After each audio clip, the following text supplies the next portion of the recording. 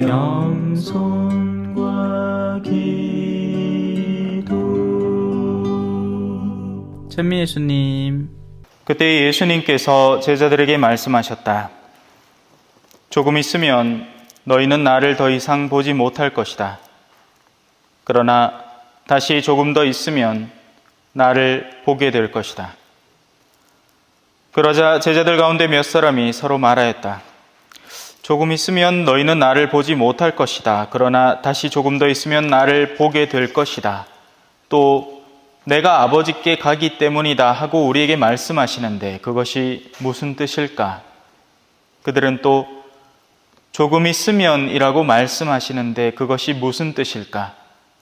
무슨 이야기를 하시는지 알 수가 없군 하고 말하였다.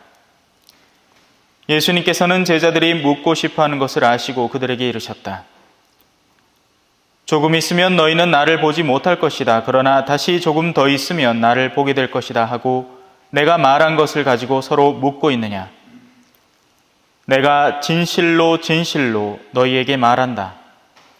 너희는 울며 애통해 하겠지만 세상은 기뻐할 것이다. 너희가 근심하겠지만 그러나 너희의 근심은 기쁨으로 바뀔 것이다. 주님의 말씀입니다.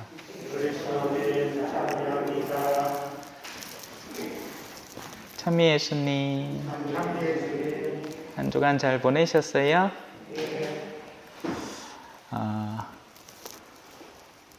고3 생활, 그러니까 고등학교 생활을 하던 학생이 신학교에 들어갑니다. 그러면 다들 처음에는 아주 열정적인 마음으로 신학교 생활에 임하죠. 시키는 거 잘하고, 기도 나오라 하면 기도 나오고, 뭐 하라 하면 하고, 작업하라 하면 하고 합니다.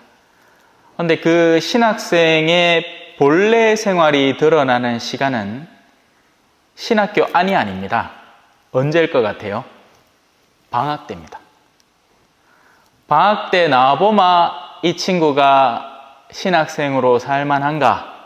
훗날 나중에 사제가 되어서 혼자 지낼 만한가 아닌가 하는 것이 크게 어렵지 않게 분별이 됩니다.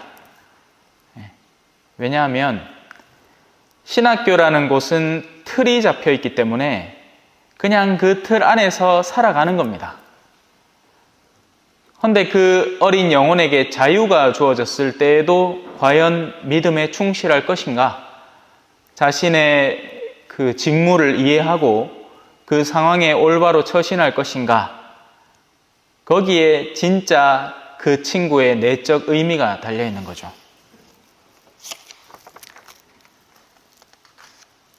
예수님을 보고 못 보고 무엇을 봐야 예수님을 본 걸까요?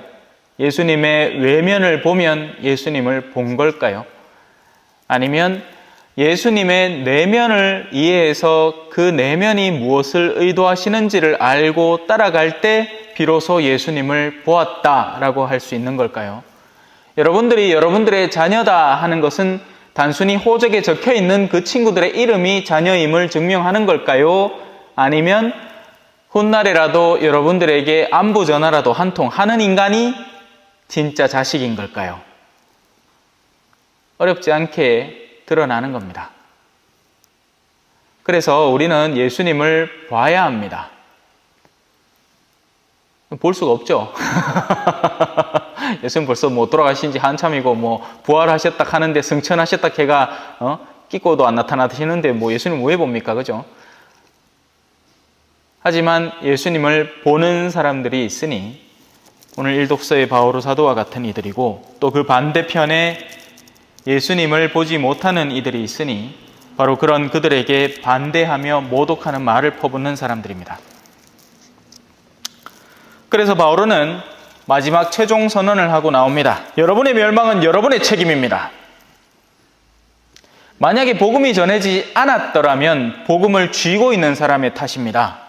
복음을 전해 들은 적이 없기 때문에 어떻게 살아야 하는지를 모르고 무엇을 믿어야 하는지를 모른다면 그건 복음을 전하지 않은 그 사람의 탓인 거죠.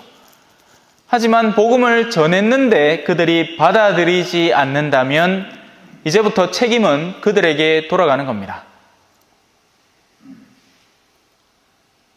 사실 이 말은 무시무시한 말이에요. 여러분들의 멸망은 여러분의 책임입니다. 라는 말은 상당히 무시무시한 말입니다. 그 이야기를 전하는 사람, 대상자의 중요도에 따라서 달라지는 것인데, 바오로는 어떤 사람이에요? 여러분들이 통상적으로 알고 있는 바오로는 어떤 사람입니까? 성경을 그냥 껍데기라도 보신 적 있죠? 그 신약 성경 파트에 가면 바오로 사도가 쓴 글이 수두룩 빽빽합니다. 뒤쪽에. 무슨 놈의 서, 오늘 나오는 이 고린토서까지 다 포함을 해서 로마서, 고린토서, 히브리서, 무슨 서간들이 전부 다 바오로가 쓴 거예요. 그 말은 무슨 말이에요? 바오로 사도는 어떻게든 복음을 전하려고 진을 뺀 사람이라는 이야기입니다. 복음 전파가 그의 목적이었어요. 그런데 그런 그가 여러분들은 보이 안 되겠습니다. 여러분들의 멸망은 여러분들 탓입니다. 라고 말하는 것은 가장 복음을 열정적으로 전한 사도의 노력이 하나도 꽃피우지 못했다는 이야기이고, 그래서 그들에게는 그 말마디 자체가 하나의 심판으로 작용하게 되는 겁니다. 주무시는 거 아니지? 아니, 하도 눈을 감고 너무 열심히 듣고 계시가 자나 싶어. 눈을 꼭 감고 막 계시길라. 그래요. 여러분들의 멸망은 여러분의 책임입니다. 나는 잘못이 없습니다. 이제부터 나는 다른 민족들에게 갑니다. 복음은 그 목적을 달성하지 못하면 다른 전파 수단을 찾습니다. 물에 압력을 가해보세요. 풍선을 꽉 눌러보시라고요. 그러면 더 이상 빠져나올 데가 없다는 걸 아는 그 물은 그 압력을 어떻게든지 빼내기 위해서 아주 작은 구멍이라도 찾는 겁니다. 그렇게 해서 그쪽으로 자신을 밀어넣기 시작해요. 그게 복음의 특성입니다. 복음은 가만히 있지 않아요. 그래서 복음을 전해받은 사람은 내가 전해받은 복음을 어떻게 다른 이에게 전할까를 고민하기 시작합니다. 그게 자식이든 내 이웃이든 냉담하고 있는 친구든 왜하든동 나의 남은 시간 동안 그런 이들을 한 번이라도 더 초대하고 세상을 떠날 준비를 하지, 남은 시간을 허송세월 혹은 더 심하게는 자신의 돈과 명예와 권력에 집착해서 살아가지는 않는다는 이야기예요. 하지만 우리의 현실은 어떨까요? 그건 여러분들이 누구보다도 잘 알겠죠.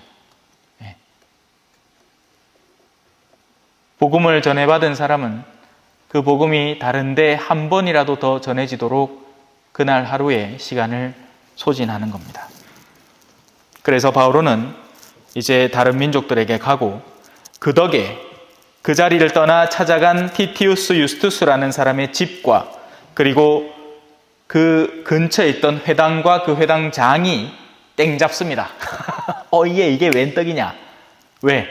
자신들은 복음을 갈증하고 있었는데 바오로가 원래 복음을 전해야 하는 자리에서 더 이상 성과를 거두지 못하자 그들에게 찾아와서 복음을 전하기 때문입니다.